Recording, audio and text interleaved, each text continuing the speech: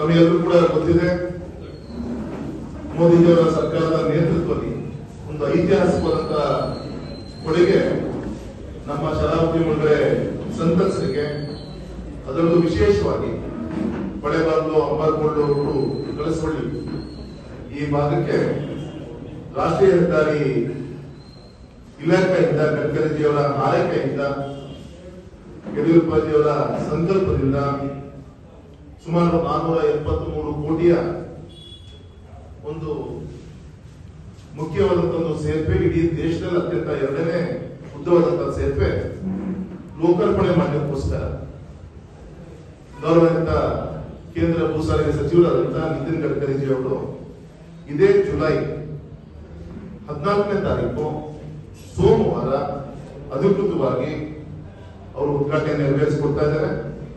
ನಮ್ಮ ರಾಜ್ಯದ ಗೌರವಿತ ಇನ್ನೊಬ್ಬ ಹಿರಿಯ ಕೇಂದ್ರದ ಮಂತ್ರಿಗಳಾದಂತ ಪ್ರಹ್ಲಾದ್ ಜೋಶಿ ಅವರು ಕೂಡ ಆ ಕಾರ್ಯಕ್ರಮದಲ್ಲಿ ಭಾಗವಹಿಸ್ತಾ ಇದ್ದಾರೆ. ಸೊ ಈ ಒಂದು ಐತಿಹಾಸಿಕ ಸೇತುವೆಗೆ ಸಾಕಷ್ಟು ಇತಿಹಾಸ ಇದೆ.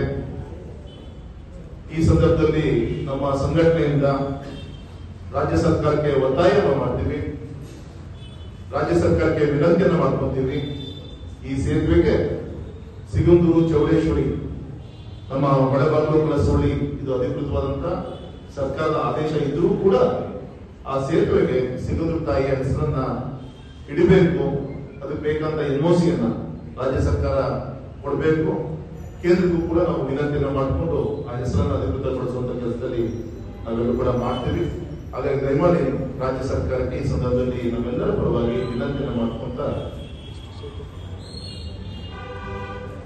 ಅಧಿಕೃತವಾಗಿ ಸಿಗಂದೂರು ತಾಯಿ ಹೆಸರನ್ನ ಅನೌನ್ಸ್ಮೆಂಟ್ ಮಾಡಬೇಕು ಅಂತ ವಿನಂತಿಯನ್ನು ಮಾಡ್ತಾರೆ.